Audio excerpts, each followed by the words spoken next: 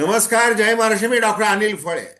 राज्यकर्त्यांचं प्रेम राज्यावर असलं पाहिजे, ते सत्तेवर असता कामा नये, असं उद्धव ठाकरे यांनी म्हटलेलं आहे. उद्धव ठाकरे आणि राज ठाकरे यांच्या संयुक्त मुलाखतीचा टीजर नुकताच प्रसारित झालेला आहे. आता महाराष्ट्रामध्ये जशी देवीची 3.5 पीठे आहेत, त्याप्रमाणे मातोश्री आणि शिवसेना भवन ही 2 पीठे आहेत, श्रद्धास्थानं आहेत, असं एका ज्येष्ठ पत्रकारांनी म्हटलेलं आहे. आता मुळात मुंबई ही शिवसेना प्रमुख बाळासाहेब ठाकरे यांच्या दृष्टिकोनातून अत्यंत महत्वाची. कारण की मुंबई ही महाराष्ट्रालाच मिळाली पाहिजेत, त्या अर्थाने जो लढा लढला गेला, संयुक्त महाराष्ट्राचा लढा, आणि गुजरात जे दिवाळखोर राज्य होतं, त्या राज्याला थोडी रसद महाराष्ट्राने दिली आणि मुंबई आपल्या ताब्यामध्ये घेतली. आता ही मुंबई पुन्हा एकदा गुजरात्यांच्या ताब्यामध्ये जाऊ नये, यासाठी दोन्ही ठाकरे बंधूंनी एकत्र येणं पसंत केलेलं आहे. 20 वर्षानंतर ते एकत्र आलेलं आहे. आता प्रश्न असा आहे की ठाकरे बंधूंच्या प्रती असलेली लोकभावना ही अत्यंत उजवी असली तरी काही लंगड्या बाजू देखील आहेत. जसं संघटन आहे, शिस्त आहे आणि आकडेमोड आहे, या संदर्भात त्यांना विचार करावा लागणार. मग मूळ जो मुद्दा आहे की महाराष्ट्रामधली मुंबई आणि मुंबई मधला महाराष्ट्र वाचवायचा कसा, आणि राज ठाकरे आणि उद्धव ठाकरे हे कितपत यशस्वी होतील, याबद्दल सध्या जोरदार चर्चा सुरू आहे आणि आपण त्याच दृष्टीने थेट विश्लेषण करणार आहोत. आता बघा, त्या टीजर मधले जे अनेक मुद्दे आहेत, त्याच्यामध्ये प्रामुख्याने गौतम अदानींच्या घशामध्ये जी मुंबई टाकली जात आहे, त्याच्यानंतर परप्रांतीय यांना समोर करून त्यांच्या मतांचं ध्रुवीकरण करून ठाकरे बंधूंचा कसंही करून पराभव करायचा, या नादामध्ये भारतीय जनता पार्टीचे नेते काय उद्योग करत आहेत, हे या संदर्भात त्या टीजरमध्ये अनेक गोष्टी समोर आलेल्या आहेत. आणि तो एकूणच विषय काय आहे, कशा प्रकारे महाराष्ट्राच्या दृष्टीने ठाकरे बंधूंना यश मिळणं हे आवश्यक आहे, या दृष्टिकोनातून लोक उघडपणे बोलायला लागलेले आहेत. त्यामुळं ही मराठी मतांचं जे वादळ आहे ते मुंबईवर येऊन आदळणार का, आणि जे हिंदुत्व विकास या नावावर जे गलिच्छ राजकारण चालू आहे त्यावर ते आदळणार का, हेच आता आपल्याला 16 जानेवारीला कळणार. माझी दर्शकांना विनंती की चॅनल सबस्क्राईब करावं, सबस्क्राईबचं बटन दाबावं आणि आपली प्रतिक्रिया बिनधास्तपणे नोंदवावी. एक तटस्थ भूमिकेतून स्वतंत्र पत्रकारिता म्हणून सर्वसामान्यांच्या दृष्टिकोनातून आपण चर्चा करत असतो. हे बघा, राज ठाकरे 20 वर्षानंतर शिवसेना भवनच्या पायऱ्या चढले, त्याआधी ते मातोश्रीवर गेले. ही जी घटना आहे ही राजकीय दृष्ट्या जेवढी महत्वाची आहे, तेवढीच लोकांच्या भावनेच्या दृष्टिकोनातून अत्यंत महत्वाची घटना आहे. मनसैनिक आणि शिवसैनिकांचा आग्रह की तुम्ही दोन्ही भावांनी आता एकत्र आलं पाहिजे, वेळ आता ती हीच आहे. आणि मुख्यमंत्री देवेंद्र फडणवीस असं म्हणाले की त्यांनी खरं तर 2009 मध्येच एकत्र यायला पाहिजे होतं, तर महाराष्ट्रामध्ये वेगळं काही घडलं असतं. आता पुलाखालून इतकं पाणी वाहून गेलेलं आहे, त्या परिस्थितीमध्ये राज ठाकरे यांनी पक्क ठरवलेलं आहे. काय ठरवलेलं आहे?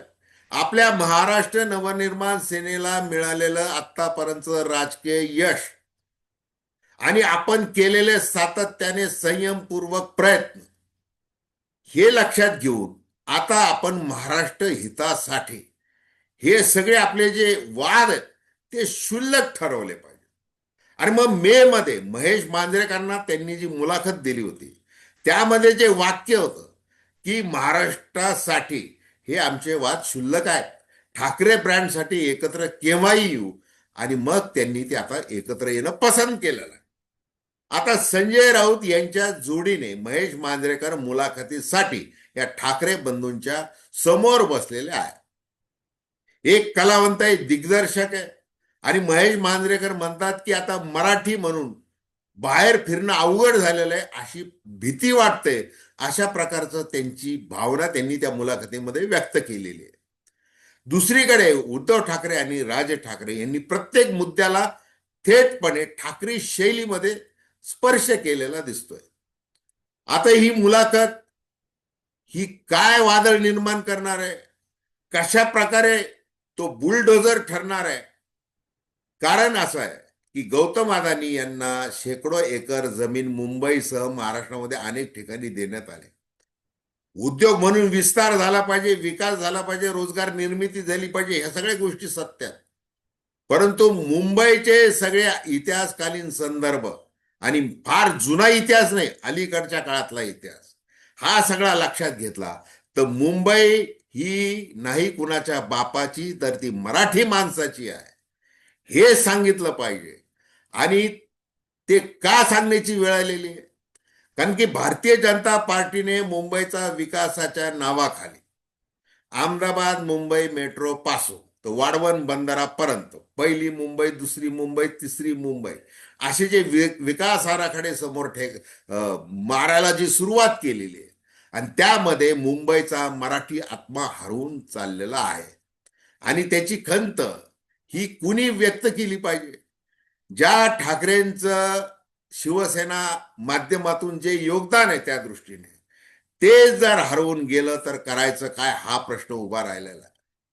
मग अशा परिस्थितीमध्ये ज्या वेळेला राज ठाकरे, उद्धव ठाकरे बोलतात की आम्ही वाद आमचे बाजूला ठेवलेले आहेत, मग याच्या आधी काय बोललं गेलं, कसं बोललं गेलं, याच्याची काही महत्व नाही. एरवी राजकारणामध्ये सख्य, मित्रत्व हे किंवा शत्रुत्व हे जे काही असं वळवारच्या पाण्यासारखं असतं.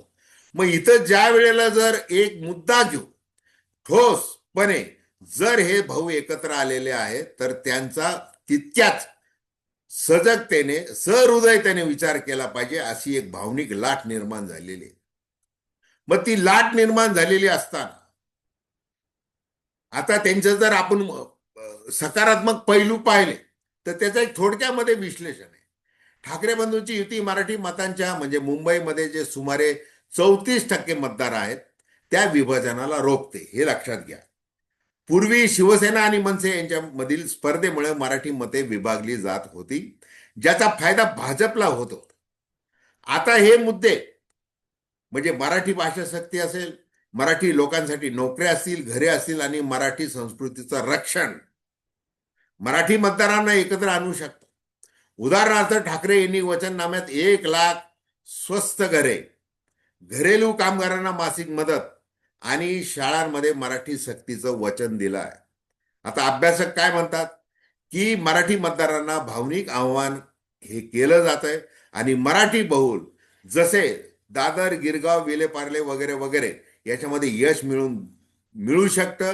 आणि 32 वार्डांमध्ये ठाकरे मनसे विरुद्ध महायुती म्हणजे भारतीय जनता पार्टी आणि शिंदे गट अशी ही थेट लढत आहे. त्याच्यामध्ये काय घडणार हे बघणं गरजेचं आहे.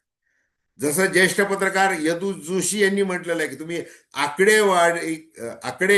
आकडेमोडीकडे लक्ष दिलं पाहिजे, संघटन याकडे लक्ष दिलं पाहिजे, शिस्तीकडे लक्ष दिलं पाहिजे. आणि मग ते दिलं आणि त्याची गोळाबेरीज केली, मग ही भावनिक लाट, मग त्या अर्थाने यश मिळू शकतं. याकडे या ठाकरे बंधूंनी लक्ष दिलं पाहिजे आणि ते देतात आहे. आता जसं बघा की मोठ्या सभा घेऊन त्याच्यामध्ये वेळ घालण्यापेक्षा एकच सभा घ्यायची मुंबईमध्ये, आणि बाकी राज ठाकरे काल जसं शाखांना भेटी देत होते, मग त्या मनसेच्या शाखा आहेत की शिवसेनेच्या शाखा आहेत हे काही त्यांनी पाहिलेलं नाही. त्याच्यामुळे ती काळजी घेत आहेत हे लक्षात घ्या.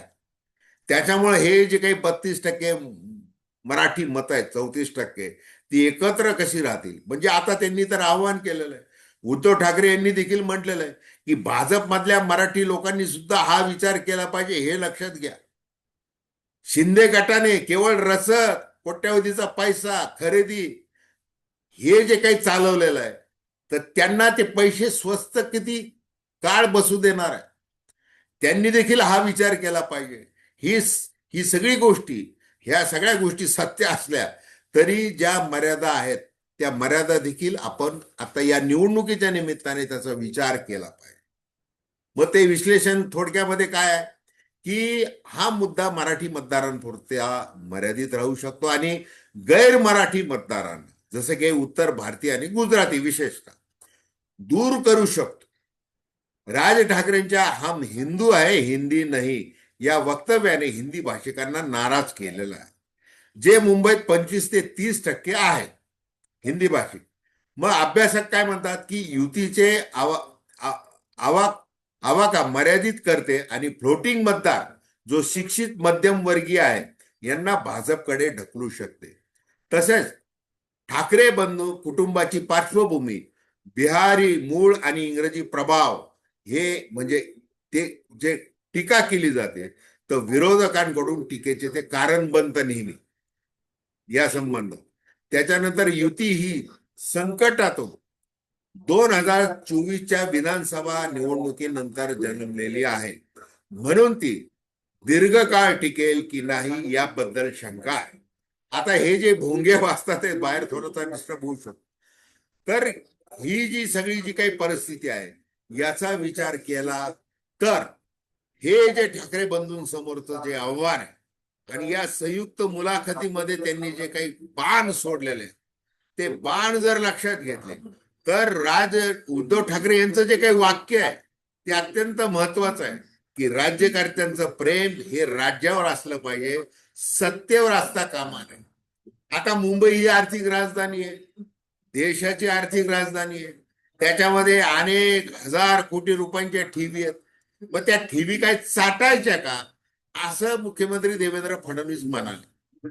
आणि मग तुम्ही कर्जबाजारीपणा किंवा या सगळ्या गोष्टी करून विकासाच्या गप्पा मारून त्याच्या खाली जे काही महाराष्ट्र तोडण्याचा जो उद्योग आहे, मुंबई तोडण्याचा जो उद्योग आहे त्याला खतपाणी का घालताय? कारण मोदी आणि शहा ज्या पद्धतीने राजकारण करत.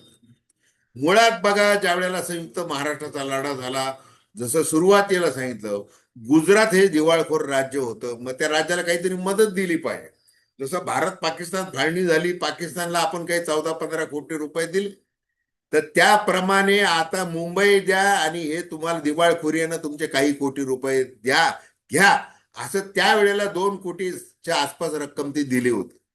मग आता तो सल ठेवून जर मोदी शहा मुंबईवर पुन्हा कब्जा मिळू पाहत असतात आणि सगळं हम बनिया आहे, म्हणजे आम्ही राजकारण करतो, आम्ही 5 वर्ष निवडणूक लढवतो, सामदंड भेद, पन्ना प्रमुख वगैरे, हे जे सगळं जी काही भाषा सुरू झालेली आहे आणि नुसती भाषा सुरू झालेली नाही, तसं केलं गेलेलं आहे.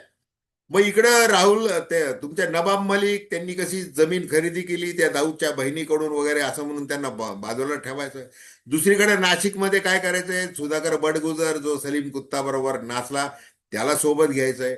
म्हणजे सत्तेसाठी वाटेल ते करायचं, बिनविरोध निवडून आणायचे. पुन्हा सांगायचंय, मुख्यमंत्री काल म्हणाले की तुम्हाला मिरची लगे तो मै क्या करू. आता तुम्ही काय काय काय उद्योग करताय हे सगळं महाराष्ट्र बघतोय, ह्या निवडणुकीच्या निमित्ताने बघतोय.